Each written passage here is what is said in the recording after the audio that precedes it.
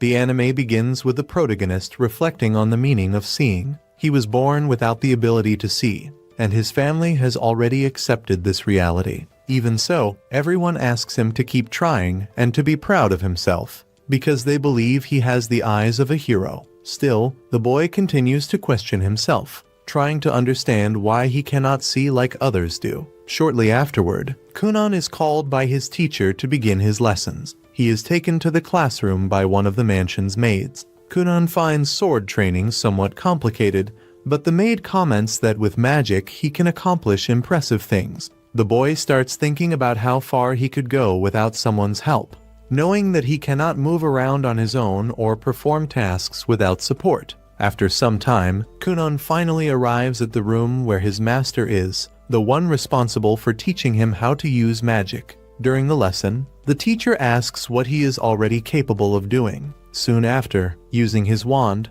Kunon casts a water spell, surprising the teacher by already mastering that type of magic. Curious, Kunon asks what size that water magic is. The teacher replies that it is about the size of an eyeball, but upon realizing what she said, she apologizes and promises to make it up to him. Kunon then realizes that he can see magical manifestations, which makes him extremely excited. He also begins to find it strange that he always eats without worrying about what he is consuming, finding everything very curious through touch. When he tastes lettuce, he thinks he is eating some kind of grass, until the maid explains that it is a vegetable called lettuce. Then she says that what covers the bread is butter. When he picks up another fruit, even before she says anything, Kunon recognizes that it is an apple. The maid notices that he has been trying many new things and showing a lot of curiosity. When he smells a strawberry, he notices that its scent is very strong. The maid gets a bit too excited and starts pressing different foods against his cheek so he can guess what they are. Kunon gets slightly annoyed, and she apologizes for getting carried away. Later, Kunon's teacher arrives at the library asking which book he would like to listen to that day. He asks for a work about the history of the Holy Knight of Hungary. The teacher is surprised by the sudden request, but the maid assures her that it is fine. She warns that if the content becomes too heavy, Kunon can ask to stop. The boy shows that he wants to learn many things and is becoming increasingly curious about the world. Then it is explained that long ago, a great war occurred involving heroes from many lands and the demon lord. The hero of that kingdom, Histoa Hunglia, managed to defeat the enemy, but lost an arm and a leg in the battle. After the war, some of that hero's descendants were born missing body parts, such as arms, legs, or even their sight. These children came to be seen as the reincarnation of the hero, bearing what are called the hero's scars. Kunon states that he is just himself and that he uses his own magic, managing to duplicate several spheres of water. To him, mastering magic means being able to see and feel the world. However, whenever he uses magic, he becomes extremely exhausted and ends up fainting. When taking him to his room, the maid asks whether all the affection she gives him is not enough. Kunon replies that it is more than enough and thanks her for always taking care of him. Even so, she comments that if love is not enough, the solution would be for them to sleep together. But Kunon says he does not need that right now. He acknowledges that he still does not have enough knowledge or physical strength to use more advanced magic. The maid believes he needs to eat better. After all, he is only 7 years old and needs to grow strong. Kunon feels that he is lagging behind other children and becomes frustrated for fainting while using basic magic. The maid asks him to take it slowly, respecting the limits of his own body. Kunon comments that he would like to develop muscles, but running or walking is very difficult for him. She then suggests training sword techniques, which excites the boy. Aiko decides to speak with Kunon's father to hire someone qualified. Before leaving, Kunon thanks her for the help. While Aiko gets excited thinking about a possible raise, Kunon only asks that she not make too much noise during his magic training. Aiko is happy and says that if she did not feel his presence, she would be crying that night. The next day, a fencing instructor is hired to train Kunon. During the training, Professor Jenny appears unexpectedly, and the instructor cheerfully comments on how quickly the day passed. Jenny notices that Kunon has started practicing swordsmanship, and he explains that to use magic, one needs knowledge and physical strength. Observing more closely, she realizes that Kunon has changed a lot since the last time she saw him. Before continuing, she asks if he wants to rest. But Kunon prefers to keep training to improve even more. So she decides to review the spell Aori, known as water magic. Kunon casts the spell, and everyone becomes excited when several water spheres appear. The teacher is shocked, as he reached that level almost on his own, even finding it frightening. The scene shifts to Mirika, Kunon's future wife. The maid informs her that the carriage has arrived and that she should go see him. Mirika comments that Kunon has always had an apathetic expression, but the maid reminds her that everything was decided by the royal family. During the journey, Mirika explains that Kunon bears the hero's scars, something important to the kingdom of Huglia, and that the political marriage is a royal duty. When they first met, she wanted to play with him and discover what he liked. But Kunon always seemed distant and sad, saying that he could not do anything on his own. Returning to the present, Mirika feels sad thinking that she would see that dejected face forever. However, upon arriving, she is greeted by Kunon with a smile, which confuses her. She wants to understand what changed, since he seems happier. Kunon explains that he has come to like her, surprising Mirika. When he shows his abilities, creating a rainbow above his head, she is enchanted. Kunon apologizes for having troubled her before, and she also apologizes. He asks her to listen to his stories, as he has experienced fun moments. Mirika falls even more in love upon seeing him so cheerful. On her way home, she feels radiant, considering it a wonderful day and looking forward to seeing him again. The scene returns to Kunon, who is surprised to realize that, for the first time in his life, he reached out his hand to someone. The maid celebrates, saying that this proves he is a true gentleman. The next day, Kunon asks the teacher to read more about chivalry, as he wishes to be worthy of Mirika. The final scene shows the teacher, aware that all of this is something impossible for her. She realizes that she can no longer maintain 7 water spheres at the same time, and soon understands that Kunon has evolved far too quickly. In a short time, there was little more she could teach him at that level, so she decides to move on to intermediate magic. Her initial plan had been to teach only basic magic to a child, something she had always wanted, since it required less effort and offered a good salary. Although useful, magic is never completely safe, and Kunon is still very young to deal with advanced techniques. Even so, the girl understands that it is too early to give up and decides to continue the job. After all, she also needs to support herself. The next day, she decides to teach Kunon how to put feelings into water. To demonstrate, she creates one icy sphere and another hot one, showing how this gives originality to the spell. To her, this ability defines a mage's individuality, and can even be seen as a clear difference in talent. Next, Kunon decides to try. He uses his magic and asks Aiko to taste it. When she does, she realizes it is plum juice. The teacher is shocked, because he accomplished in seconds something she had spent the entire night studying.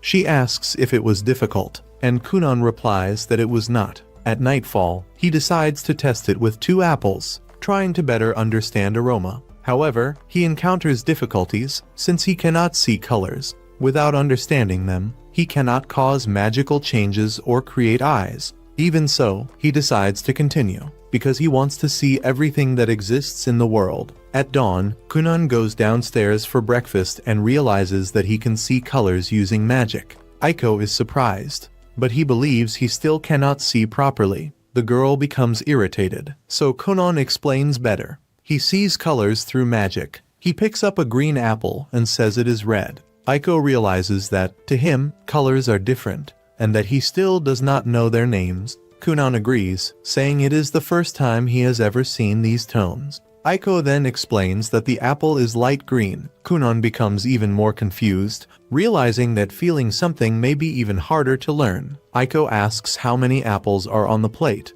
and Kunon answers that there are 5, 3 red and 2 green. Aiko is fascinated by the boy's progress, and can hardly wait to see what will come next. When she tells Kunon's father about this discovery, he is surprised to learn that his son can now distinguish colors. Aiko explains that the range of this effect is limited, but enough to differentiate shades, becoming clearer the closer he is, especially through touch. The father asks if Kunon can read, and Aiko replies that he can, since he identifies the color of the ink by running his finger over the letters.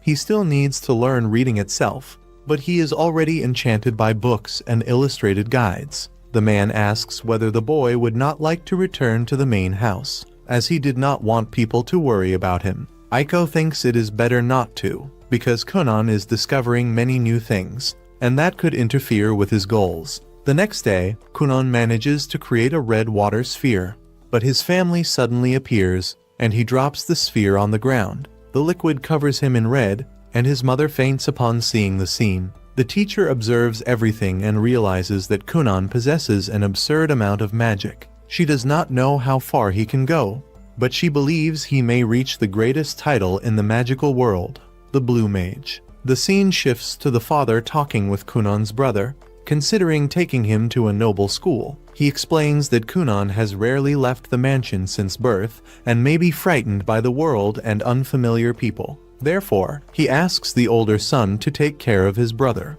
The boy remembers that before he could not protect him and feels afraid, but promises that this time he will do everything he can to help. He decides that, no matter the cost, he will be a true older brother. The scene returns to Kunon, who can now read several books, making everyone happy with his progress. The teacher arrives shortly after and notices the cheerful atmosphere. After teaching Kunon about knightly behavior, she remembers that Aiko also wanted him to have a sense of humor and wonders whether it was working. An elegant and amusing man suits Kunon, even if he seems a bit strange. Even so, she acknowledges that he is much better than before and far more adorable. At nightfall, Aiko decides to take him to meet his father. Before that, she asks Kunon to warm her a little with magic, and she feels better. Kunon asks if he did something wrong to be scolded, but Aiko says no, reminding him that he had already been warned when he created the blood sphere. Upon arriving at the main house, the butler welcomes them,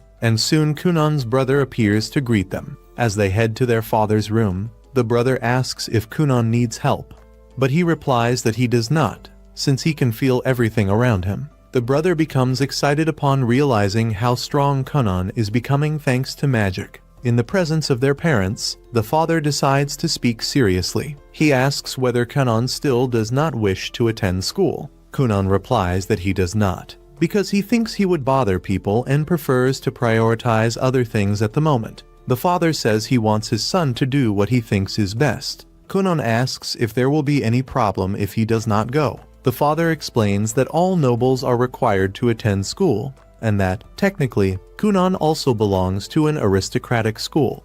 Kunon asks if that is not enough, and the father explains that, due to the circumstances, the king granted special permission for him not to attend. Even so, he asks Kunon to think it over. The boy then asks only how he should spend his allowance. The father shows concern about Mirika and asks Kunon to take this more seriously. Nobles who do not fulfill their duties end up at a social disadvantage, and this could harm Princess Mirika's future. Faced with this, Kunon decides to go to the academy. At first, he finds it all a nuisance. The father explains that he does not need to study for years, only take the promotion exam. There are 5 tests, so it is enough to go 5 times to obtain the official diploma. The brother comments that he and Princess Mirika will graduate in the next exam and will end up together. If that is the decision, the mother will take care of the preparations. Before leaving, the father reminds him that other members of the royal family study there, and Kunon may end up meeting Mirika. The brother assures him that everything will be fine. The scene shifts to Kunon talking with Mirika, telling her that he will go to the academy for 5 days to take the exam. Mirika is very happy to be able to spend this time with her future husband. Kunon does not fully understand how school works, but he promises to do his best. He feels a bit uneasy, thinking that other people might be jealous of the princess. He soon senses a certain tension and wonders whether Mirika lacks popularity. Kunon considers buying a wand for self-defense. As he boards the carriage, he casts a spell to prevent it from shaking, since his father had commented that this caused back pain. The brother asks if Kunon is afraid of going to a distant place, but he replies that he is not, because he is much stronger now. Even so, he knows that he caused concern when he fell and got hurt in the past. For a long time, he carried the guilt for all of this within himself. Kunon then explains that everything is fine now. Before, he felt a constant desire to simply disappear. But that feeling is in the past. In the present, he is determined to live, no matter what happens. His brother clearly notices how much Kunon has changed. The boy states that even if all the humans in the world were to disappear, he would still intend to keep living, because he carries a strong desire to survive. Upon arriving at the academy, Kunon is welcomed by his beloved wife. Before entering completely, he lags behind a little and begins to feel the presence of many people around him, as well as hearing countless voices. He knows that if he were the Kunon of the past, he would probably have hesitated to take this step and enter the school. The scene then shifts to the teacher responsible for accompanying him. She remembers when she first met him, when he was still very young, and wonders whether she will be able to guide him properly during those 5 days. As she observes him closely, she realizes that Kunon has matured a great deal and is even walking ahead of her. Even so, she calls out to him and officially introduces herself as the school's teacher and the tutor who will be accompanying him. While they talk, some students appear, commenting among themselves about Kunon, saying that he is the only one to have received that blessing in 100 years. One of the boys shows irritation, while his friends think Kunon is nothing special. However, the jealousy truly surfaces when he sees Mirika at Kunon's side. Upon entering the classroom, the teacher asks whether Kunon already knows how the exam works. He replies that it consists of 5 days of tests. She confirms this, explaining that each test has a specific time limit. After completing the exams, Kunon manages to get everything right, leaving the teacher very satisfied. The scene shifts to Kunon walking through the school corridors until a boy appears and starts provoking him, saying that he does not believe Kunon really received his father's blessing. This boy is Lyle, Mirika's brother. Realizing that the situation could turn into a mess, Kunon decides to settle it once and for all. He uses the water around them to create the illusion that the prince has gotten wet, making it look as though he has urinated on his own clothes. People begin to laugh, and Lyle runs away in embarrassment. Kunon's brother panics at the scene, but Kunon is thinking of only one thing: eating a hamburger. The episode ends with Mirika's brother consumed by anger toward Kunon, and that brings the second episode to a close. If you enjoyed it, don't forget to leave a like and subscribe to the channel for more content. I'll see you next Sunday with more of this anime. Bye.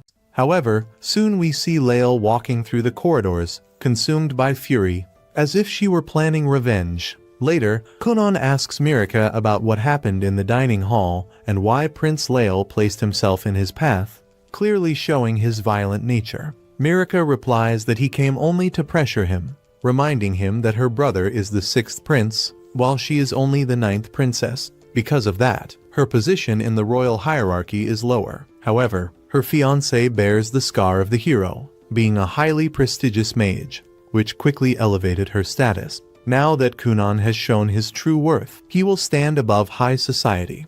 Despite everything, Mirika says she is happy to be his fiancé, and Kunon comments that when he meets the king, he intends to kneel as a sign of gratitude. After that, he says that he would like to apologize to Lyle, but neither he nor Mirika allow it. Soon after, they head off to meet the teacher. They are informed that this would be Kunon's final test, in which he would need to learn how to modify the texture of water. Kunon turns the water into ice, but the shape resembles an apple. Jane then suggests that he touch different objects to reproduce their textures, something that will be seen later. At another moment, Kunon is playing horse, which Ino finds strange. At that instant, Mirika appears, and Kunon comments that he barely feels the passage of time. He says that on the last day, when he hears the teacher's voice, he feels as if the world fills with a deep sadness. Mirika responds in an exaggerated way, saying that he will not leave until sunset, which drives the sadness away in seconds. After that, the three move on together. Kunon is excited for the final exam, because all of that makes him feel as if he were in a real school.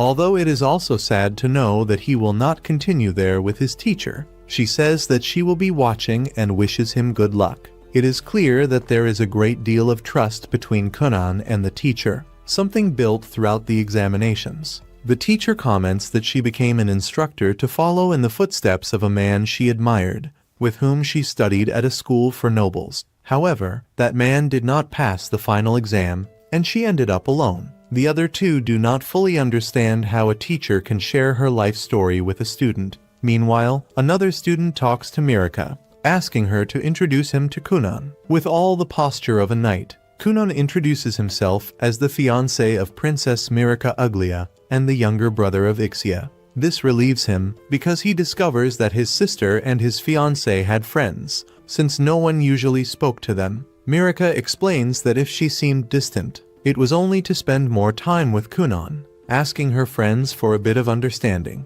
Kunon thanks the princess for her consideration, but admits that he had been worried, even though he never directly asked whether they were lonely at school. He is happy to know that his sister was not alone and that the princess had friends, otherwise he would have tried to comfort them, saying that there is no problem in not having friends. This confusion leaves everyone speechless, but Mirika understands what he meant. Kunon confirms it, stating that humans can live well on their own, which sounds intriguing to everyone. Already in the classroom, Lyle is informed that the time for the exam has arrived. He orders everyone to wait for her, but his subordinates doubt that, even though he is a prince, the teacher would decide to wait. After all, it is an official examination. The bell rings, marking the beginning. The students sit in their seats. Our protagonist was about to be guided by Mirika when Lyle appears and separates them. People begin to murmur, and Lyle notices this, remembering what the maid said at the castle. He becomes furious, since no one had ever dared to challenge him in that way. Suddenly, Kunon grabs his hand and introduces himself. Surprising everyone, Lyle demands that he let go, but Kunon holds on firmly, comparing himself to a biting turtle, and says that he is his brother-in-law, so the proper thing would be to get to know each other better. Thus, they enter a verbal confrontation, making it clear that he did not give him permission to touch him. Kunon points out Lyle's masculine bearing and states that, if he could see, he would be so impressed that he would smile when he lifted his chin. This makes Lyle blush, drawing laughter from everyone. Embarrassed, the blonde asks Kunon to let go. He obeys, and the matter ends there. During the exam, the prince shows good performance, albeit a bit reflective. In the end, after the evaluation, the teacher announces that everyone has passed. With that, Kunon returns home, says goodbye to his classmates, and even to the teacher, to whom he extends his hand to his brother. Lyle watches the scene smiling and comments something with his colleagues before leaving. Back at the place, Jane asks Kunon to practice magic by creating a whirlwind. He begins by forming a sphere of water and making it spin. Next, they ask him to stop the movement and divide the sphere into 10 parts, which Kunon manages with effort. Then, they request that he change the colors to red, green, and yellow, as well as alter the texture, something he accomplishes without difficulty. Jane congratulates him, saying it was magnificent. Before stopping, Kunon asks for one more moment, explaining that he made an extra modification, adding shape and temperature to the texture. Thus, we see the water gain solid form and shoot away. Jane is startled and falls to the ground, saying that it was too much. After some time, the two appear having tea. Jane says that she wants to talk about something important. Kunon thinks it must be the graduation celebration dinner, and says that she is also invited. However, Jane says it is not about that, although graduation is a good moment to tell the truth, asking whether he is mentally prepared, because what she will say is extremely shocking. Kunon shows concern, takes a sip of tea, and before continuing, asks Aiko to leave. As he goes out, he clenches his fist, feeling that it is too much. Suddenly, Kunon imagines that Jane is a goddess of the night sky, about to depart and return to her own world. Jane likes him. This is Kunon's story, but it is not limited to just that. The truth is that, for her, there is nothing left except to continue teaching. She confesses that, for some time now, she has felt that she has nothing new left to pass on. Everything she knew about elemental magic, especially the kind that was not focused on attack, had already been taught. Now, Kunon can handle magic better than she herself can. Jane believes that she would only need to learn some kind of unprecedented magic in order to surpass him again. Hearing this, Kunon stands up and says that this is not true. He admits that he always liked her tricks, the creative ways she used to make the content understandable and interesting. Even so, when she tried to teach him using only pure magic, Jane had already realized that Kunon had noticed her desperation, which, in a way, made her feel more at ease.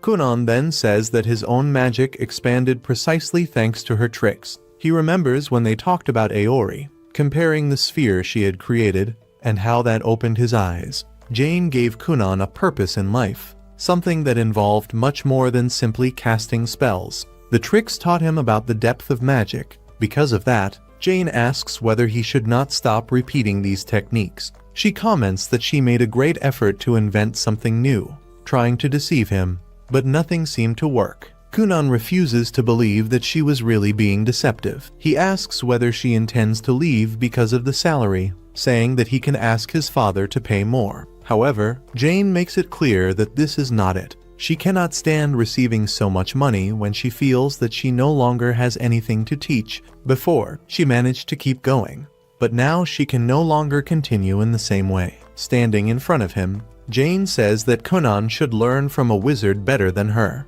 someone who could still help him evolve. She admits that she managed to deceive him up to that point, but she cannot continue like this. For Kunon, even if they were tricks, the fact that she was able to think of so many for such a long time already showed incredible talent. He says that he would like her to continue being his teacher, even if she were an elegant deceiver. Kunon does not want anyone else in that role. While she was saying this, some aquatic animals began to approach, making it clear that Jane truly could no longer continue as his teacher. Kunon's magic had already gone far beyond hers. Finally, we see Jane leaving. For her, there is no doubt that Kunon is a genius and that he can reach the title of Blue Mage. Even she, being considered a genius, had to work very hard, surpassing her own limits repeatedly in order to evolve. She states that she cannot afford to lose to her student because it is still far too early for that. The days pass, and Kunon discovers that Professor Flora also resigned. She congratulates him, saying that he has already completed the entire curriculum. Kunon laments not having been able to say goodbye, but Aiko explains that Flora did not want to, because she might end up crying. Faced with this, Kunon decides to write a letter of thanks. Aiko supports the idea and even asks him to find out whether, at the mansion, there is any employee between 18 and 25 years old, well-paid, tall, and handsome. Hearing this, Kunon becomes dejected. He asks whether she might leave when he gets married. Aiko apologizes, but confirms that yes, she will. She says that now they can already live on their own without problems, so it will not be necessary. This makes Kunon even sadder, and he says that he will not be able to deal with it. He tells the story of a rabbit that died when it felt lonely. Irritated, he exclaims that he will not ask Flora for anything else. During a family dinner, Kunon says that Flora recommended that he look for a talented wizard to train him. Ino comments on rumors about the existence of a powerful royal wizard at the school, named Zio, also known as Sionli Fin Royal, famous for his appearance and for possessing an absurd amount of mana. Kunon's father reacts firmly, explaining that a royal wizard holds an official position in the castle, answers directly to the king, and cannot receive orders from anyone outside the royalty. In addition, these wizards rarely leave the castle, and access to them is extremely restricted. Even understanding the difficulty, Kunon imagines an unlikely plan to reach the castle and encounter a wizard by chance, an idea that his father immediately rejects. Kunon then turns to his mother, who ends up agreeing and asks her husband to at least present the proposal to the king. To end the discussion, the father agrees to present the situation to His Majesty. In the royal castle, an albino woman analyzes documents related to an unusual case. A child apprentice wizard requesting direct training from a royal wizard. She comments that power and status do not impress wizards of that level, but mentions that her younger sister, Mirika, was enchanted by Kunon. Upon reading the documents more carefully, the man is surprised by the boy's name, showing great interest in the protagonist's potential.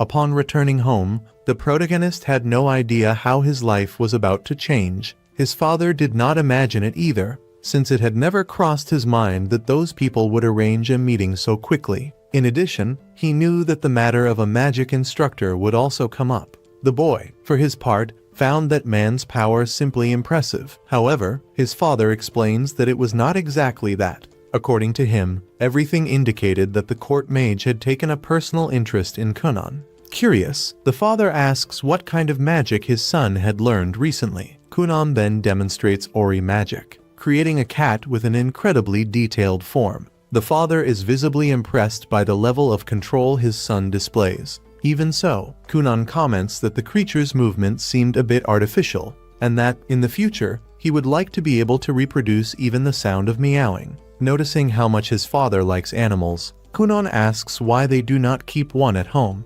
The man immediately refuses, saying that it would end up disrupting the family's routine and making work more difficult. Even so, Kunon does not find the justification very convincing. He recalls that, with the wealth of the Gurian Marquess family, it would be perfectly possible to gather adorable cats from various parts of the world. The father explains that the decision not to raise cats had already been made, because they would all end up at his feet, which could cause accidents. Kunon accepts the explanation, but the father soon reminds him that Tina loves dogs. Kunon agrees and realizes how his father always takes the entire family into consideration. Still, Kunon suggests the idea of raising cats outside the house. He mentions that Eiko once said that keeping outdoor cats is a symbol of status among nobles. In addition, Princess Mirica herself also said that it is a sign of prestige. Upon hearing this, the father immediately shows interest in the idea of keeping cats outside the residence.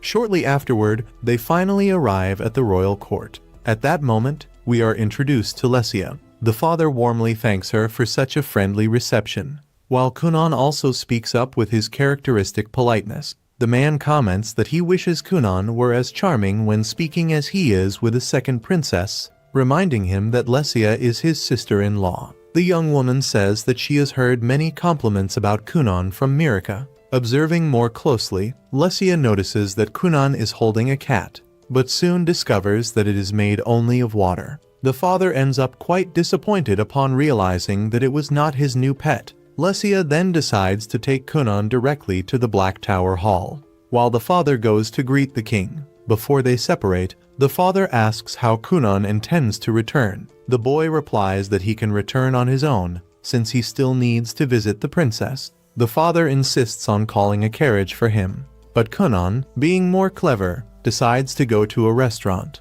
the same one his parents usually frequent. The Black Tower is located on the other side of the castle. Upon entering, Lesia asks whether Kunon can walk without difficulty. He answers that he can. Noticing his anxiety, she tells him that he can say whatever he wants. Kunon then begins asking questions about the essence of a mage, addressing only subjects related to advanced magic. Lesia admits that she does not know how to answer, since she is still a beginner, and decides to change the subject, explaining more clearly how the royal family works. She explains that the current royal family of Hungary is composed of 7 princes and 10 princesses. In many countries, succession to the throne is defined automatically, with the first prince inheriting the position. However, in Hungary, there is a strong system of meritocracy, where performance can alter the order of succession. Kunon comments that this seems quite complicated. Lesia agrees and reveals that she dreamed of becoming a great mage, which is why she gave up any right to the throne. Moving on, Kunon feels an enormous concentration of magic, coming mainly from one of the towers. Lesia explains that Mirica is very worried about the succession dispute. Suddenly, she is surprised to see Kunon using magic in a frightening way. He creates ice beneath his feet and begins to slide across the floor as if he were skating. Kunon asks whether she would like to try as well. Lesia agrees, but asks him to wait a little. She advises him not to act recklessly, not to get involved with any faction, and also not to sign or take responsibility for any important documents. Then she asks him to make her slide as soon as possible. The two begin moving quickly through the corridors. 2 guards try to stop them, but are left behind due to their speed. Soon, Dario appears and asks what is going on. He notices Kunon and Lesia passing through several parts of the castle until he finally manages to catch them. After being stopped, both apologize. The scene then shifts to Kunon's father asking what happened. A man replies that a mage was causing trouble in the castle, but that he had already been captured. The father realizes that it is his son and becomes worried. Next, we see Kunon talking with Rondamund Actard, the official court mage. Kunon introduces himself and immediately senses the man's impressive power. He thought Lessia's magic was incredible, but he realizes that the director is on a completely different level. Rondamund comments that he heard Kunon possesses the water crest. The boy confirms it and shows that it is on his arm. The mage asks whether the crest has 2 stars, and Kunon admits that he does not understand much about it. Rondamund then explains that there are 7 magical attributes: fire, water, earth, wind, light, darkness, and arcane, each with 5 levels. Kunon asks whether 2 stars represent the most basic level, and the man confirms it. Lessia adds that she also has only 2 stars in the wind attribute. Kunon asks whether Rondamund is different, because he feels a much greater concentration of power. He ventures to say that it might be 3 stars, but the mage reveals that he has 4. Rondamund asks whether that surprises him,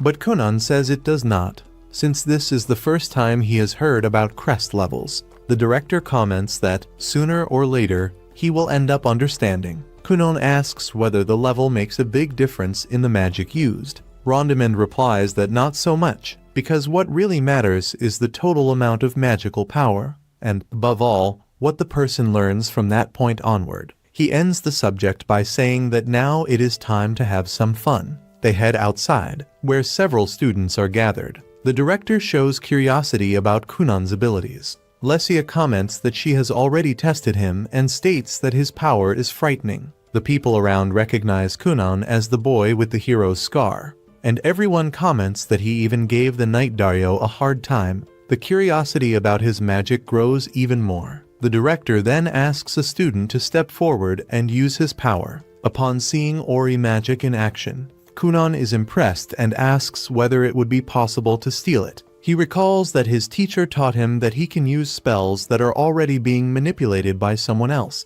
Even thinking this is impossible, he tries, but realizes that the boy manages to resist quite well. Even so, everyone is shocked to see that Kunon managed to steal 2 spells. The director asks to leave the boy with him, while the others joke about the situation. Lessia comments that the student had recently been dumped by his girlfriend, but he replies that this has nothing to do with the conversation. The director notices the general interest in Kunon. The boy asks whether he passed the test, but the man says that he still wants to carry out a few more experiments. He also wants to test Kunon's magic directly. Next, Kunon creates a spell similar to a trampoline, capable of making people jump. The director is impressed, and soon everyone wants to try it. Lessia comments that it must be wonderful to sleep on something like that. Kunon says that he can create something even better, capable of launching someone much higher. The director asks him not to do that, warning that if he does,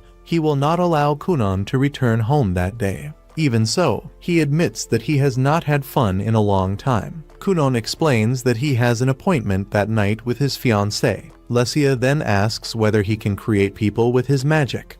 Kunon replies that he can, but admits that the movements are still incomplete. The boy explains that everything depends on the magic used to reproduce human movements. According to him, with more training, this would certainly be possible. Curious, they ask whether Kunon can demonstrate some movement. He confirms, and then makes the doll rise into the air. The result frightens everyone around, quickly drawing Doria's attention. Kunon ends up feeling a bit discouraged. Since that day, he had already been scolded twice in a row. Even so, the old man tells him not to worry, commenting that they could continue talking about magic even during a meal. Kunon then asks whether he was approved in the test, and the man answers that he was. He says that he had a lot of fun and states that he will take responsibility for reflecting more carefully on all of it. Kunon is extremely happy to know that he passed the magic evaluation. The director then asks whether he has any goal for the next few years. Kunon replies that he would like to be able to create an eyeball using magic. The answer leaves everyone impressed, reinforcing the idea that he is very different from most people. After that, Kunon goes to talk to his father, who is visibly irritated and wants to know exactly what his son has been doing. Lessia intervenes, saying that none of what happened was the boy's fault. Even so, the father explains that a mage needs to take full responsibility for his actions. He cannot act without thinking, because magic, when poorly used, can injure someone or even cause deaths. Kunon agrees, apologizes, and says that he is sorry for what happened. When they return home, the father is impressed to realize that Kunon stayed in the tower until so late and concludes that his son must truly be very powerful. He also notices that everyone seemed to like the boy quite a lot. Lesia then reminds Kunon that he needs to meet his fiancée for dinner. Kunon realizes that it is already night and that he needs to hurry, but remembers that he is all sweaty and still has not taken a bath. Lesia suggests an idea so that he can reach the girl. Kunon then creates a sphere of water and uses wind magic to make it fly. Kunon believes that this might not be a good idea, because the girl might have a fiancé, and if he saw that, he could interpret everything the wrong way. Lesia insists that he do it quickly and reminds him that she does not have a fiancé at all. The two end up flying at an impressive speed and land in a very dangerous way. Lesia apologizes, saying that she should have gone more slowly. Kunon comments that, even so, they could take advantage of it to do more experiments. Before they can continue, Dario appears at the location and scolds Lesia, reminding her that she is part of the royal family and should not get involved in such dangerous situations. And thus, the 4th episode comes to an end. I hope everyone enjoyed it. Leave a like, subscribe to the channel to follow more videos like this, and see you next week. The scene cuts to Mirika, who spends all her time looking from side to side, clearly worried, waiting to see whether Kunon would appear at the place. Her maid notices that this is the girl's first date and considers it natural for her to be so nervous. Suddenly, news arrives that Kunon has finally shown up. When she sees him, Mirika hears words she has never heard in her entire life, making her heart beat even faster. Kunon asks to hold her hand, saying that this way they could both enjoy the date better. After walking for some time, they finally arrive at the restaurant. Throughout the entire walk, Kunon does not stop praising Mirika. The maid soon realizes that Kunon has a charming manner and understands why he managed to captivate Mirika so quickly. The girl asks whether he went to the Black Tower. Kunon answers that he did, accompanied by Lesia, Mirika's sister. In addition, he also passed the test. There was still no information about who his magic instructor would be, but Kunon says he is certain that the matter will receive proper attention, just like the color and perfect shape of Mirika's nails. The maid notices that Mirika is quieter than usual, but Kunon keeps talking, telling interesting stories and, with every sentence, praising the girl even more. This starts to irritate the maid, although, with time, she realizes that Mirika is truly enjoying herself. After dinner, Kunon says that that was the most he could do at the moment. However, when he married Mirika, they could live moments like that every day, walking together through life. He confesses that he can no longer imagine his future without her. The maid is completely shocked, but also very happy to hear those words. When they arrive home, Mirika remains enchanted by everything Kunon said, and the maid only asks her to go to sleep. The scene then cuts to Kunon at his house, having breakfast. Suddenly, his maid calls him and asks him to produce foam to wash the clothes so that no dirt remains. Kunon gets a little irritated, as he was focused on his report. The maid asks him not to strain himself so much, reminding him that he spends too much time locked in his room. Kunon explains that he needs to write everything down before he forgets. But even so, she insists that he at least get a little sun, saying that this is part of growing up. Kunon understands and comments that he believes women like tall boys. The maid replies that there are people like that, but that regardless of it, she likes Kunon the way he is. Kunon almost says that he likes her too, but stops himself when he remembers that he is engaged to Mirika and would feel bad about it. After helping Aiko, he asks whether any letter has arrived for him.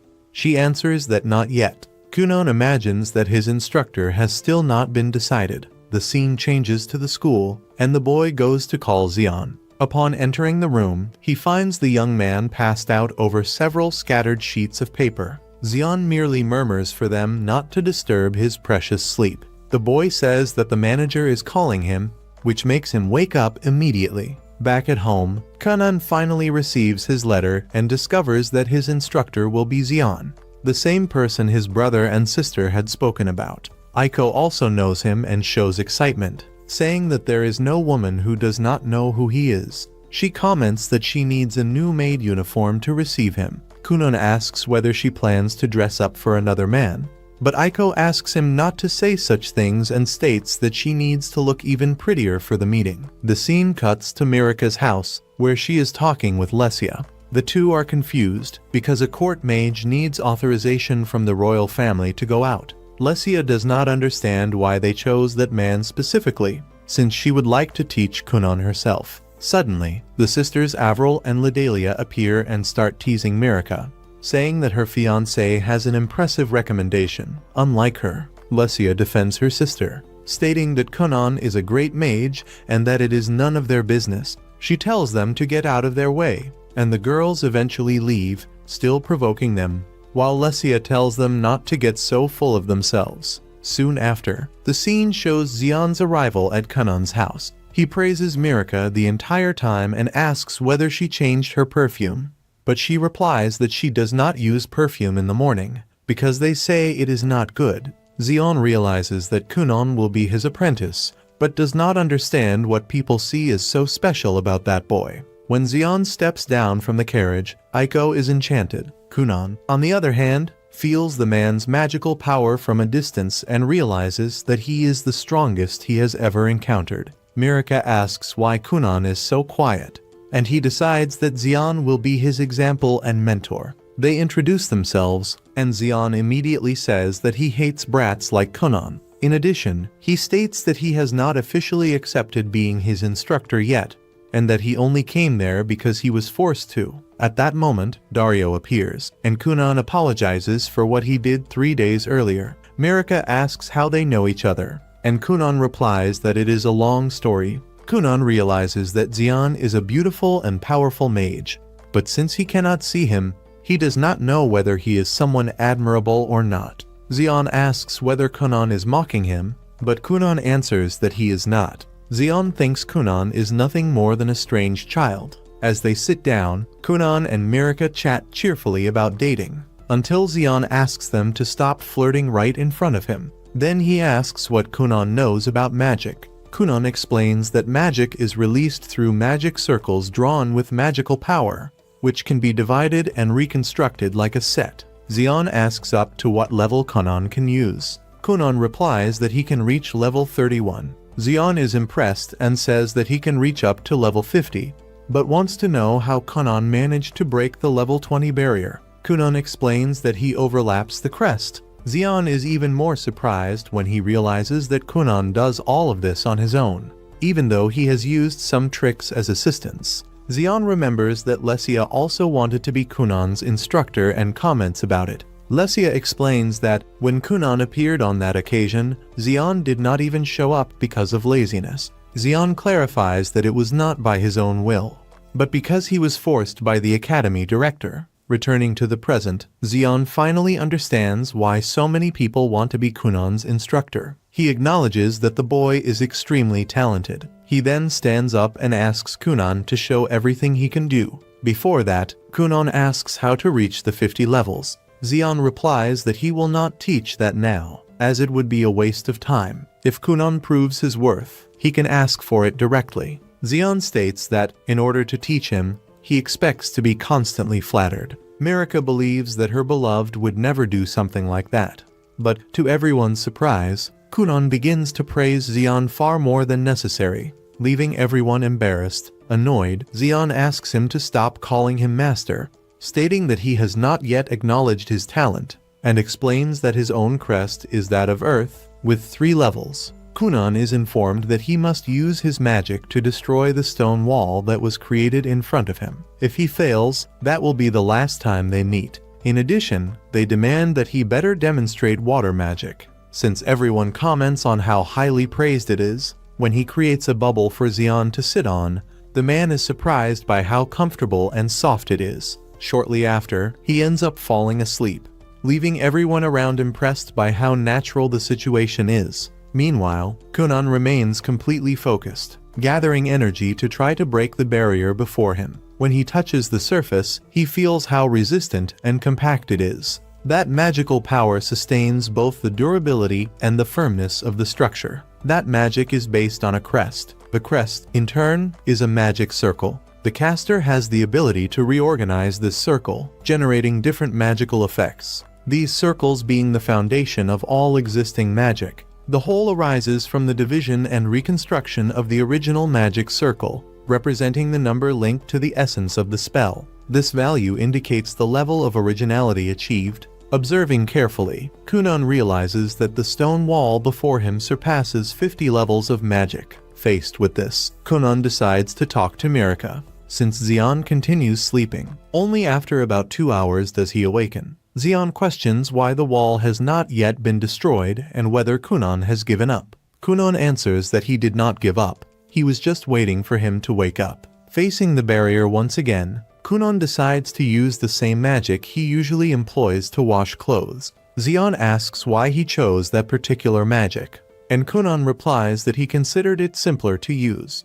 Instead of destroying the wall, he chooses to remove it. The man is surprised by this choice, because there is an appropriate magic for each type of situation. A true mage is someone capable of perceiving this clearly. After witnessing Kunon's magic, Xion decides to accept him as his disciple. He states that the boy is extremely lucky to have him as a mentor. However, he makes it clear that he does not want to see him flirting all the time, because the master must be more important than the fiancé. He then asks how Mirka intends to deal with this situation. Kunon will become his disciple and grow greatly on his journey. In a short time, several women will begin to approach him. Mirka knows this is true, because Kunon truly possesses extraordinary talent. She also understands that, if that happens, she may not be able to have a future by his side. Kunon only asks that Xion not be cruel to Mirka. Sometime later, Mirka is at home and realizes that she cannot continue that way. If nothing changes, she feels that she may end up losing the great love of her life. The next day, Kunon's instructor arrives with a confident smile on his face and immediately starts by saying that he is the luckiest man in the world for having Kunon as his disciple. He makes it very clear from the beginning that he has no intention of going easy at any moment during the training, because he believes that sparing effort only delays true growth. Kunon responds without hesitation that he prefers it exactly that way, and even adds that, if his master decided to take it easy on him, he would probably end up crying out of frustration. Taking advantage of the opportunity, the boy shows curiosity about more advanced topics, asking how a 3-dimensional magic circle would work, or even something even more complex than that. When they enter the study room, the man spreads several papers full of confusing scribbles across the table and comments, almost casually, that he had always wanted someone to transcribe those chaotic notes. Now, that task will be entirely Kunon's responsibility. The boy asks, a little apprehensive, if he needs to copy everything exactly as it is, and the master answers yes, explaining that, over time, the amount of notes will only tend to increase. He also warns that those papers contain extremely high-level state secrets, which is why he asks everyone to leave the room until Kunon finishes the work. As soon as they are alone, the master asks him to quickly create a ball of water so that he can rest a little. In less than 5 seconds, he is already sleeping deeply, as if he had no worries at all. Outside the room, the princess asks to learn swordsmanship. Even with little free time, she decides to train a bit and makes a special request to her knight that this not be told to her fiancé, Kunon. During the training, she is disarmed with extreme ease, but even so, she continues to insist, getting back up repeatedly. Her desire is clear. She wants to become someone worthy of Kunon, both in spirit and in strength. After a long time, the master finally wakes up and, upon noticing how things are going, complains that Kunon is far too slow. Right after that, however, he apologizes, admitting that he had been sleeping since he arrived and had not helped with absolutely anything. He also criticizes his own handwriting, saying that it is the ugliest thing Kunon has ever seen, looking as if it were written with a foot. Then, he decides to explain something truly important to the boy. He says that reading and understanding are completely different things. Reading offers only information, something superficial, what a person interprets with the mind and records with their own hand. On the other hand, is absorbed by the body and turns into knowledge, and knowledge, according to him, is far superior to simple information, because knowledge, over time, transforms into real power. As night falls, the master says goodbye and demands that everything be ready by the next meeting. Kunon remembers that there were several notes with strange figures and asks if that represented some kind of technique. The master replies that it would be better for Kunon to go see him the next day, so that he could explain everything calmly. Before parting, Kunon feels happy about the visit, because it increases his chances of meeting his future wife. Upon arriving at the royal castle, everyone is impressed with Kunon and begins to praise him, commenting on how much stronger he seems since the last time they saw him. Many show interest in participating in training sessions with him. Suddenly, the master appears and tells Kunon to follow him without giving many explanations. People try to stop him, saying that that place is considered land of evil. Even so, the master asks Kunon to create the water mattress, and everyone ends up falling asleep peacefully. Soon after, the boy asks if Kunon knows about magical tools, and he answers that he does, explaining that they are objects powered by a mage's magical energy. The master adds that a mage who lives by creating and using these tools is known as a magical engineer. Inside the room, the master asks if those scribbles really are notes made by Kunon, and he confirms that they are. Kunon then asks if he could live with him to study as much as possible, but the request is refused, because the master intends to hand everything over to him in the future, at the right moment. Next, he shows a magical tool that he is developing, a direct result of the figures Kunon had mentioned earlier. With this object, it is no longer necessary to go to the kitchen, as food can be heated directly in the room. He explains that his earth magic is excellent for shaping large and solid forms, but extremely difficult to use on small or soft pieces. At that moment, the director appears and invites Kunon to lunch. As agreed, whenever Kunon was at the castle, they would have lunch together and talk at length about magic. The master asks Kunon to create the water bubble, and the director ends up falling deeply asleep. At lunchtime, everyone feels much better after Kunon creates water beds so that everyone can rest. Some comment that if he wants to change instructors, he can do so at any time. Kunon replies that even though the master is a bit laid back, he is an excellent teacher, leaving everyone quite surprised. He also thanks the general director for the great choice, highlighting the good compatibility between earth magic and water magic. Kunon then asks where his beloved is, as he would like to have tea with her. The girl's sister replies that, on that day, she is taking part in the entrance ceremony of the senior noble school. The girl herself, in turn, feels sad for not being able to see Kunon. The director asks what his plans are, and Kunon replies that he only intends to take the course completion test.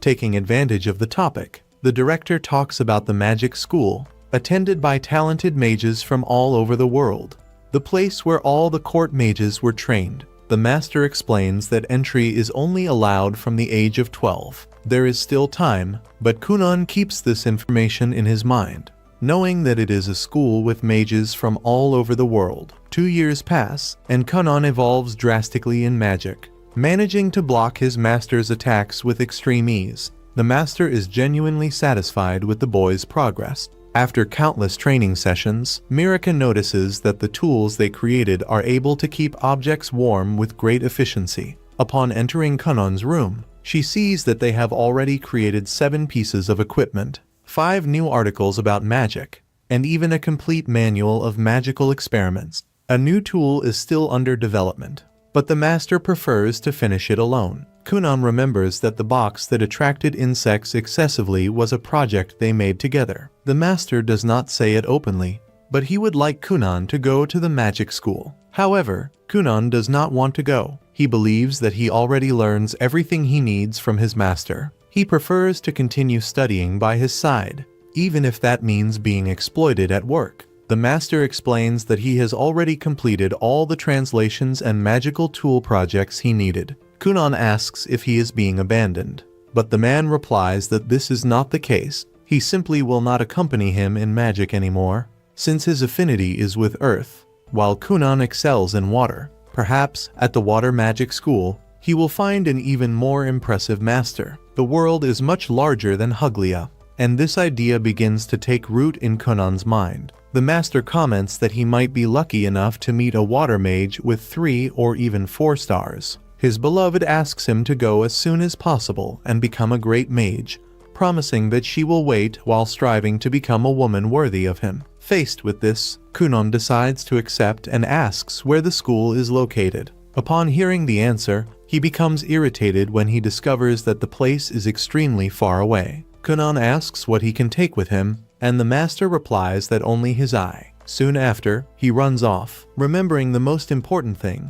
There were many things Kunon could do even without seeing. In a way, he believed that everything would be fine like that. The scene shifts to Marika, who cannot hold back her tears as she feels an intense longing for her beloved. The emptiness left by Kunon's absence weighs heavily on her heart, and she cries in silence, embracing that feeling. The master, noticing the situation, tells her to stop, awkwardly saying that she is just putting on a show in front of her boyfriend. His comment is poorly received, and he immediately earns a well-aimed kick to the leg in response. Even so, Marika knows that during all this time, Kunon achieved remarkable results as a mage. She believes that if he manages to restore his vision through magic, it will become the greatest achievement of humanity, etching his name forever into history. At the same time, a quiet fear grows inside her. If Kunon ends up going too far, there is a possibility that he will leave her behind, following a path she may not be able to keep up with. Even so, everyone around her tries to cheer her up,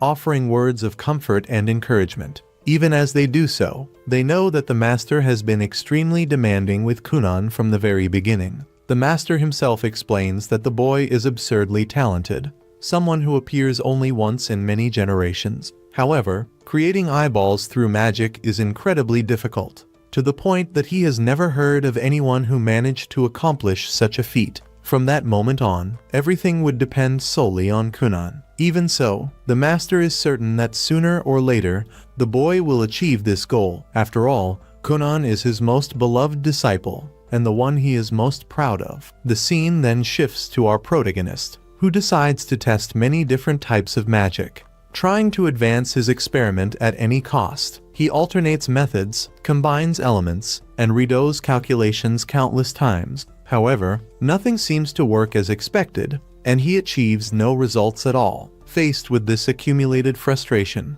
he decides to call his brother to go to the sauna together. He asks him to also call their father, remembering that he loves the sauna created by Kunon. While doing so, he thinks that he should not wake their mother, but soon realizes that she also enjoys that place very much. In the end, the whole family ends up gathering, enjoying that simple yet comforting moment together. During the conversation, Kunon's brother comments that the experiment he is working on must be really complicated. Kunon agrees, as he knows that this is, without a doubt, the greatest challenge he has faced so far in his life. Even so, everyone tries to encourage him, saying that he will certainly find a solution for his eyes. The words of support warm his heart. Kunon deeply wishes to be able to see the faces of the people he loves and to observe the same landscape everyone else sees, without having to merely imagine it. After a long time of dedication, study, and tireless attempts, he finally manages to create functional eyeballs.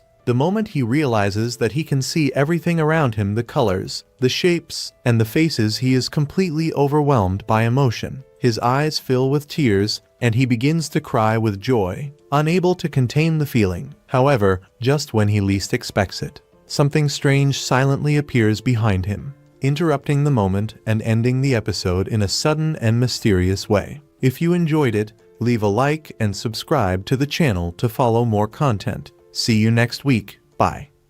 The scene returns to Kunon, who, overcome by a mixture of anticipation and nervousness, decides to try to execute one more spell. In his deepest thoughts, he had always believed that, on the day he could finally see, the first person he would want to look at would be himself. Not out of curiosity, but out of necessity. Throughout his life, Kunon had never managed to like himself. He had always felt that he was not capable of doing anything on his own, that he needed to be guided at every step, and that, even so, everything ended up going wrong. He constantly depended on the understanding and patience of the people around him, something that made him feel even more fragile. The face he hated the most was his own. It was that face that was always tripping, getting hurt, causing unnecessary worry and forcing others to take care of him. When he finally looks into the mirror, Kunon is surprised by himself, mainly because he finds himself completely ordinary. There was nothing special there. He had no beard, he had no striking marks, and, above all, he was still just a child.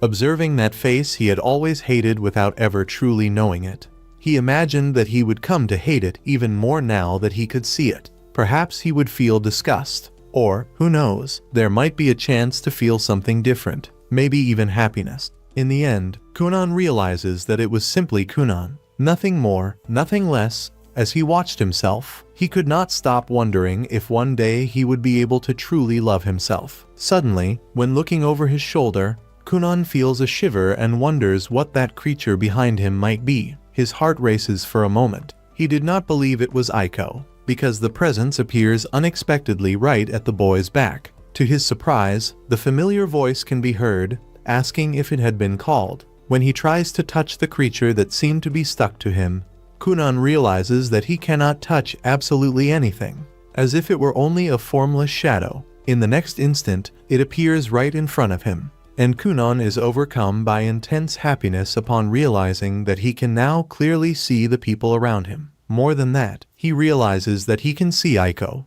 and, without thinking too much, he concludes that she is very beautiful. Aiko is visibly pleased to hear that and happily thanks him, glad that he can finally see.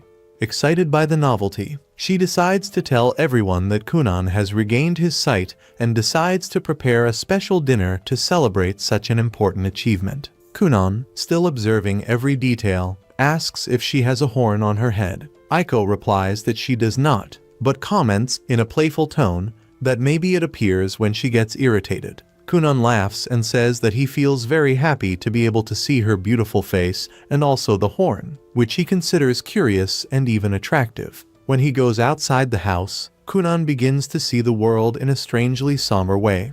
With tones he had never imagined, he wonders if that really is what the real world looks like. Even so, he finds everything extremely interesting, exactly as he had always imagined in his mind. Kunon asks if Aiko can see something behind him, but she answers with a laugh, asking if that would be the beginning of a horror story. She says that, if it were, she would like to hear it until the end. Irritated by the joke, Kunon asks her to be quiet, although he cannot hide a slight smile. As he walks through the house, he feels deeply satisfied, realizing that the experiment was a complete success. Kunon is happy to be able to see, but he finds it strange that there is always a creature at his back, following his every movement. When he tells everyone the news, the people are extremely happy and hug the boy, celebrating together with him. However, when observing his family more closely, Kunon begins to see strange things. His brother has a black wing, clearly visible, and his mother has one eye of each color, something that had never been mentioned before. Confused, Kunon asks if there are winged humans in that world. Aiko answers naturally that all humans are born with wings and that, when they open them, they represent freedom and the infinite possibilities of each person, allowing them to fly to the sky of their own heart. Kunon finds it strange that only he can see people that way and begins to wonder about the reason for such an unusual ability. At that moment, his father appears, but Kunon finds it even stranger because he cannot see him in the same way as the others. There are no wings, no different colors, only something undefined. The father shows great joy upon learning that his son can see again and immediately decides to inform the castle. Everyone decides to celebrate Kunon's achievement. Amid the excitement, Kunon asks if his father looks like a mist, but his brother quickly scolds him, telling him never to say something like that near him, because it would make him cry. Feeling that something is not right, Kunon decides that he needs to talk to his mentor as soon as possible. The scene shifts to the master when a white-haired boy enters the room to deliver important news. He explains that the king has granted permission for the master to depart and asks him to go to the location as soon as possible. Good news has arrived, and the man immediately realizes that they involve Kunon. The scene returns to Kunon, who sees his beloved standing right in front of him. He avoids opening his eyes for a moment, fearing that he might see her in a strange or disturbing way. However, she asks him to evaluate her beauty without delay. When he opens his eyes, Kunon sees a beautiful girl with blonde hair like the light of the morning and blue eyes like the calm sea. Even so, he notices something unusual, a feather on her head. She asks, a little insecure, if that is not his type. Kunon replies that it is not that and states, sincerely, that she is even more beautiful than a bird that sings at dawn. Suddenly, the master appears before them, but Kunon cannot see him clearly, because he shines intensely, as if he were made of light. The man explains that he has always been that way, and that he will always continue to be radiant. Kunon asks to speak with him alone. The scene changes to the master laughing loudly, but Kunon asks him to stop laughing, saying that none of that makes sense, especially because he is carrying a huge crab on his back. Kunon comments that he finds it strange to imagine that, when he marries the princess and they go to live together, he will be carrying a crab while she will have a feather on her head. The master also finds this curious, but shows himself to be even more intrigued by the peculiar way Kunon sees the world. The master then explains that there are two possibilities. The first is the ability to see the form of the soul. The second is a primitive condition caused by magical intoxication. He explains that there are many magical pools scattered throughout the world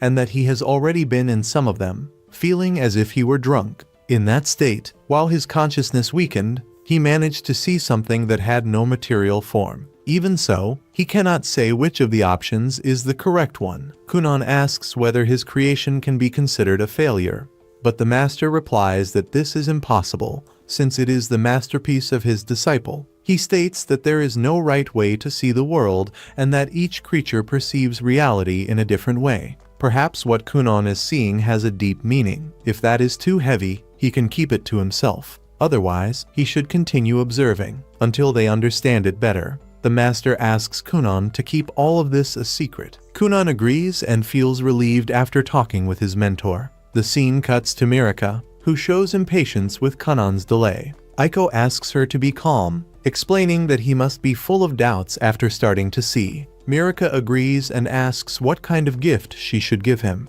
Aiko replies that anything will be enough. Soon after, Kunon and the master appear, and the man begins to laugh as he remembers the feather on the girl's head. She asks the reason, but Kunon tells her not to worry. The final scene shows everyone gathered around the table, exchanging gifts and chatting cheerfully. When they comment that the school is far away, everyone becomes sad at the thought that they will not be able to see him often. After dinner, Mirika asks if Kunon is ready for the journey. He answers that he is, saying that he will take only the essentials. Mirika apologizes for not being able to go with him, and Kunon asks her to stay calm, since everyone has their own commitments. Mirika hands the boy his birthday present with slightly trembling hands, trying to hide the emotion of the moment. When he carefully opens the wrapping and realizes that it is a bracelet, Kunon becomes immediately very happy and visibly moved by the gesture. He holds the gift for a few seconds longer than necessary, as if he wanted to engrave that feeling into his memory. Mirika explains, in a soft voice, that if anything bad happens to him at school, he just needs to look at the bracelet and remember that everything will be fine. For her, it was not just an accessory, but a small amulet filled with feelings and hope. The two then make a sincere promise that they will exchange letters frequently, no matter how busy they become or how much time passes. Kunon reinforces that he will make sure to write whenever he can. In addition, he asks Mirika to wait for him, saying that he intends to return soon, even if the road there is long. From the bottom of his heart, he wishes that she takes good care of herself until the day they can meet again. Mirika agrees, even knowing that the separation will be difficult, and tries to smile so as not to make him even more worried. At last, the day of departure finally arrives. The atmosphere in the house is heavy, and everyone who lives there becomes deeply saddened as they say goodbye to Kunon. Every corner of the house seems too silent, as if everyone knew that something important was about to change. Kunon enters the carriage without directly saying goodbye to anyone, keeping his gaze lowered, which leaves everyone even more downcast. No one stops him, because they understand that this was the only way he found to gather the courage to leave. On the way to the school, his maid decides to accompany him, realizing how much he needs support at that moment. His parents, despite the pain of parting, understand the reason why Kunon acted that way. They know that if he looked back, he might not be able to move forward. Even as he leaves, Kunon does not intend to go away forever. Even if it takes 5 years, he will return someday. This certainty is what sustains his parents' hearts, as they firmly believe in it and eagerly await their son's return. During the journey, Kunon spends the entire time lost in thought, imagining what kind of mages he will find at the magic school. He wonders what his classmates and teachers will be like and what challenges await him in that new world. His mind fills with expectations, fears, and dreams, all mixed together as the carriage moves on. The scene then changes to show several other people who are also on their way to the same destination. Each carrying their own ambitions, insecurities, and hopes, all of them head toward the magic school, where their destinies will begin to intertwine. And so, another episode comes to an end. I hope you enjoyed it, and if you did, leave a like and subscribe to the channel for more content like this. I hope to see you next week. Bye. During the journey, Aiko comments that 5 days have already passed since they departed and asks Kunon how much longer it will take to reach Darashi. He explains that they are still within the kingdom of Juglia and that the complete trip should take about a month, although they are almost reaching his grandfather's mansion. Hearing this, they ask Aiko whether she truly intends to say goodbye there. She confirms that she does, that it will be their point of separation. Kunon then remarks that she is no longer so young and perhaps should think about getting married, or she might end up alone. In response, Aiko asks whether he believes he could live without her. In a light tone, she even teases him. Would he abandon Princess Mariko to marry someone else? Kunon is left speechless and changes the subject, saying that he can already see the mansion in the distance. Upon arriving, Kunon uses his special eye. It has been 4 years since he last visited the main house. They ask the reason for the visit, and he replies that he heard about the enormous library and believed there would be many magic books, so he brought the family. He soon recalls that, on that day, his grandfather threatened not to stop dancing until they took him along. At that moment, his grandfather opens the door. They embrace after 4 years apart. Although his grandfather claims he missed him, Kunon sees horns above his head, as if he were a demon king. His grandfather announces that he will buy anything to celebrate his entrance into the academy. But first Aiko hands him a letter sent by his daughter. Even so, he remains determined to give Kunon a gift. Upon reading the letter, the daughter asks him not to spend more than 500,000 nekas on presents, an amount equivalent to 2 months of Aiko's salary. Even so, the grandfather insists on giving something secretly. Kunon asks him not to do that, reminding him that they came because of Aiko's replacement. The new maid is Rinko Round, 18 years old. She says she applied for the position because of the salary, as she wishes to open a shop after getting married. Kunon says it is a pleasure to meet her and asks whether she is Aiko's sister. Rinko confirms that she is and clarifies that she is already engaged to avoid any misunderstanding. Kunon replies that he is also committed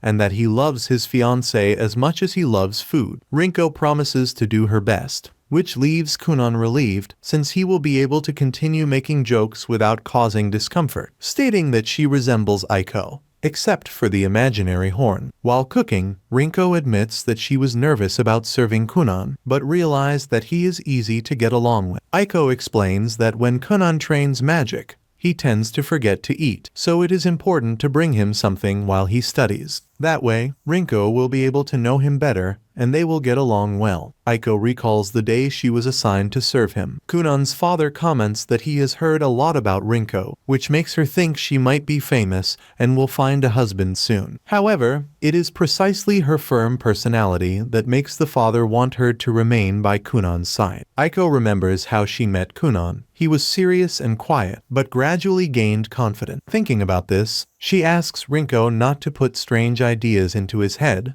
or she will never forgive herself. Rinko asks whether she is referring to jokes involving women. Aiko covers her ears and tells her to stop, saying she does not want to imagine Kunon's purity being corrupted by opportunistic girls. Both agree that only Princess Marika should occupy that place. Rinko promises to be careful, but admits she does not know whether she will manage. Since Kunon is too kind to women, which may be misinterpreted. Cole interrupts, saying that Kunon has a pure soul and would never do such a thing. In the middle of the conversation, they hear Kunon declare that Rinko really does seem like a womanizer. Later, while packing her things, Aiko knocks on the door and says it is time to leave. Taking advantage of the moment alone, Kunon decides to speak seriously. He asks whether she remembers when the teacher said he would not be able to live alone. Aiko confirms that she does. Kunon points out that since then he left his family, is now separating from her, and is going to the Magic Academy. But all the decisions were made by him. He then asks one final question. Will he be able to continue counting on her,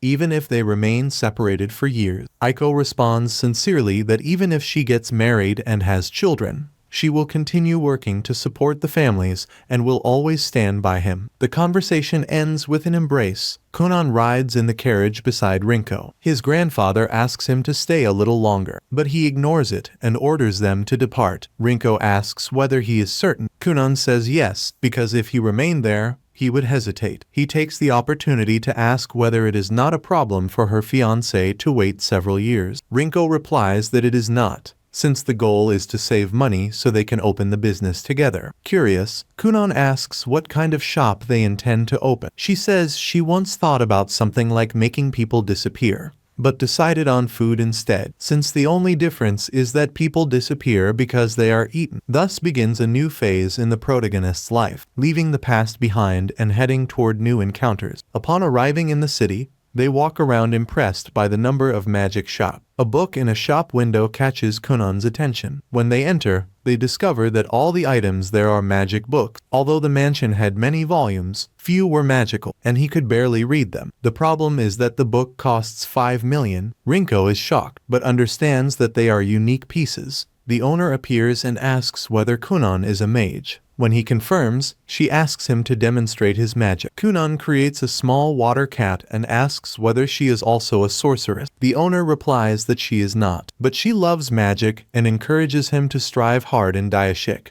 because the saint of the Holy Kingdom will arrive that year. In the previous year, an unknown prince participated, as well as the lightning from a new kingdom. Kunon finds that interesting. The young woman offers him a book by Shanli at a special price, but he refuses since Rinko is still trying to understand the value. Once outside, she asks why he did not buy the book. Kunon replies that he already knows its contents. After all, perhaps it was Sean himself who wrote it. After that, the two proceed to another shop. The seller watches curiously as Kunon continues running his hand over the fabric of Rinko's clothes, as if analyzing every detail. In that concentrated state, he finally decides what he wants to buy. He explains to the merchant that he can memorize the texture merely by touch and asks from which animal that material comes. The woman replies that it is the skin of a dark fox, a very rare species. Immediately afterward, Kunon recreates the fox before her eyes. The saleswoman is impressed and asks if he can reproduce anything, as long as he knows its texture. Kunon replies that he can, but only in appearance and in external form. He comments, far too bluntly,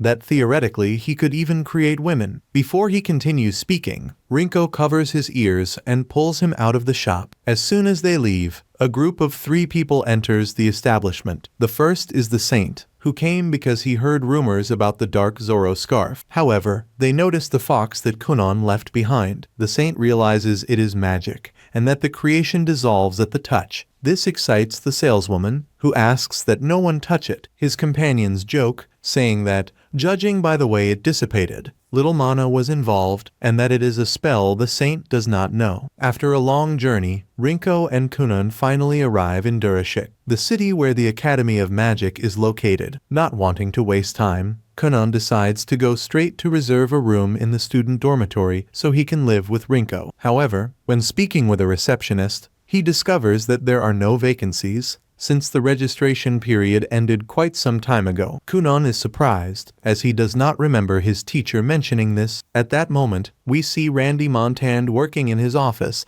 until someone breaks in through the window and states, seriously, that they need to discuss something important about his student. Returning to Kunon and Rinko, The two leave the academy somewhat discouraged. They consider staying in a hotel or even renting a house to live on their own. Rinko interprets this as a marriage proposal, but she is interrupted when the receptionist hands them a list of real estate agencies. Their excitement returns immediately. The next day, they stand in front of the house they rented. In another scene, two professors enter a dark room and receive the list of new students for a subject whose instructor has not yet been revealed. As they examine the names, one of them points out Kunon, disciple of Saiyan Li. Back with the protagonists, they return to the academy to take the entrance exam. The receptionist informs them that maids are not allowed inside. Rinko attempts to bribe her, but the attempt fails and she ends up staying behind. As he walks down the corridor, Kunon thanks her for the earlier assistance. The receptionist then introduces herself as Luval. Upon hearing her name, as usual, Kunon begins to compliment her, which makes Luval realize that it is not only the maid who is peculiar. In another panel, we see a group of students approaching, drawn by Kunon's unusual appearance. He, in turn, is excited, eager to discover what awaits him from this point forward. And so we move on to the next events of this new phase.